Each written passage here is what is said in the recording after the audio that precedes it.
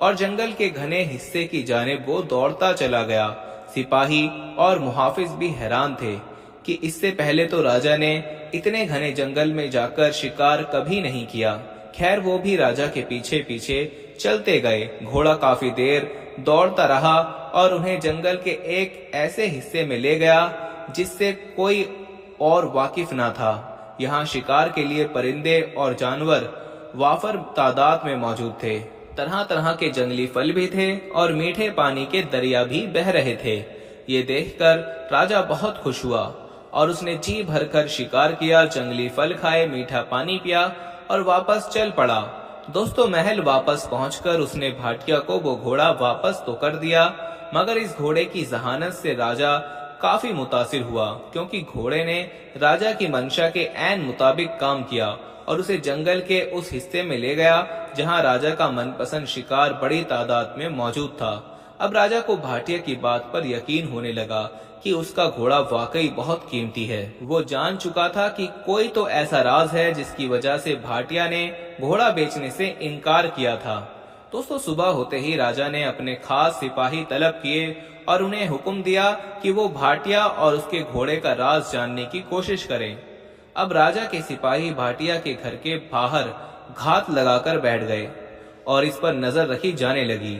چند دنوں کی چھان بین کے بعد انہوں نے نوٹ کیا کہ صبح سویرے روشنی نکلتے ہی بھاٹیا گھوڑے پر سوار ہو کر جنگل کی جانب جاتی ہے اور تھوڑی ہی دیر میں جب وہ واپس آتی ہے تو اس کے ہاتھ میں پھلوں سے بھرے ہوئے ٹوکرے ہوتے ہیں اور وہ انہیں گاؤں کے بازار میں بیچ کر اچھی خاصی رقم کما لیتی ہے۔ جبکہ راجا کے سپاہیوں نے نوٹ کیا کہ کبھی کبھار پھلوں کے بجائے بھاٹیا جنگل سے کوئی جنگلی جانور بھی شکار کر کے لاتی ہے اور اسے بیچ کر ایک اچھی رقم حاصل کر لیتی ہے۔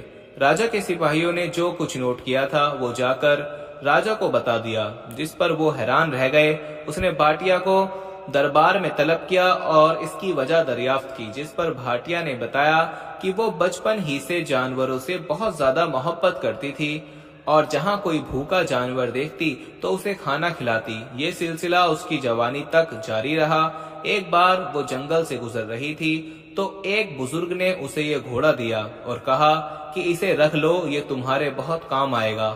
تب سے یہ گھوڑا اسے جنگل سے پھل اور گوشت لا کر دیتا ہے اور وہ اسے بیچ کر اچھے پیسے کما لیتی ہے۔ یہی وجہ ہے کہ اس کا گھوڑا بہت قیمتی ہے۔ محترم دوستو، راجا اور اس کے درباری یہ سن کر دنگ رہ گئے۔ کوئی اس کی بات پر یقین کرنے کو تیار نہ تھا، مگر راجا جس نے اسی گھوڑے پر بیٹھ کر شکار کیا تھا وہ قائل ہو چکا تھا کہ واقعی بھاٹیا کا گھوڑا خاص گھوڑا ہے۔ اس نے فوری طور پر اس گھوڑے کو شاہی گھوڑے کا خطاب دیا اور مہینے کا خرچ بھی مقرر کر دیا تھا۔ کچھ درباری اور گاؤں والے جو بھاٹیا سے چڑھتے تھے انہوں نے الزام لگایا کہ بھاٹیا کے اپنے پالتو گھوڑے کے ساتھ ناجائز جنسی تعلقات ہیں اور وہ اس کی تکمیل کے لیے صبح سویرے جنگل میں جاتی ہے تاکہ کوئی اسے شرمناک حرکتیں کرتا ہوا دیکھ نہ لے۔ کچھ گاؤں والوں نے تو یہ بھی کہا کہ ہم نے ایسا کرتے ہوئے اپنی آنکھوں سے دیکھا ہے اس کو، لیکن ریاست کا راجا نہ مانا کیونکہ اس کے دل میں بھاٹیا اور اس کے گھوڑے کے لیے محبت پیدا ہو چکی تھی، احترام پیدا ہو چکا تھا۔ دراصل بھاٹیا کو یہ معجزاتی گھوڑا جانوروں سے پیار کرنے اور ان کے حقوق کا خیال رکھنے پر کسی بزرگ نے عطا کیا تھا۔ دوستو جس سے یہ سبق بھی ملتا ہے کہ انسان کو جانوروں سے اچھا سلوک کرنا چاہیے۔ دین اسلام بھی جانوروں اور پرندوں سے پیار کرنے اور ان کے حقوق کا خیال رکھنے کی تلقین کرتا ہے۔ اسلام کے مطابق تم میں سے بہترین وہ ہے جو اللہ کی مخلوق کو زیادہ فائدہ پہنچانے والا ہو۔ مسلمان اللہ کی ہر مخلوق کا خیر خواہ ہوتا ہے، کیونکہ اسلام تو سراسر امن و سلامتی اور خیر خواہی کا مصب حق ہے اور یہ سب کو سلامتی کا پیغام دیتا ہے۔ اسلام نے تو اپنے پیروکاروں کو جانوروں سے بھی حسن سلوک کا طرز کیا ہے اور ان پر رحم کرنے کا حکم دیا ہے۔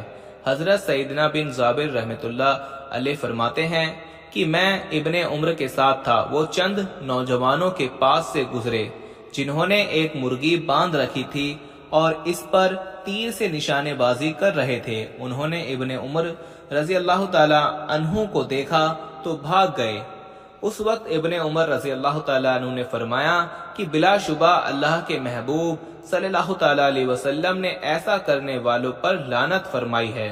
سرکار دو عالم صلی اللہ تعالیٰ علیہ وسلم نے ایک موقع پر جانوروں کے آرام کا خیال رکھنے کی تاکید فرماتے ہوئے ارشاد فرمایا کہ جب تم لوگ سرسبزی اور شادابی کے زمانے میں سفر کرو تو اونٹوں کو زمین کی سرسبزی سے فائدہ اٹھانے دو، اور جب تم قحط کے زمانے میں سفر کرو تو انہیں تیزی کے ساتھ چلاؤ۔ دوستو، ہم یہ امید کرتے ہیں کہ آپ کو ہماری یہ آج کی ویڈیو پسند آئی ہوگی۔ پسند آنے کی صورت میں اسے لائک کیجیے گا اور اپنے دوستوں میں شیئر بھی لازمی کیجیے گا۔ جاتے جاتے ایک بار کنفرم کر لیں کہ آپ نے ہمارا چینل سبسکرائب کر رکھا ہے، اور اگر نہیں تو ابھی ہمارا چینل سبسکرائب کریں اور بیل آئیکن کو پریس کر دیں تاکہ ہماری ہر نئی آنے والی ویڈیو آپ کو وقت پر مل سکے۔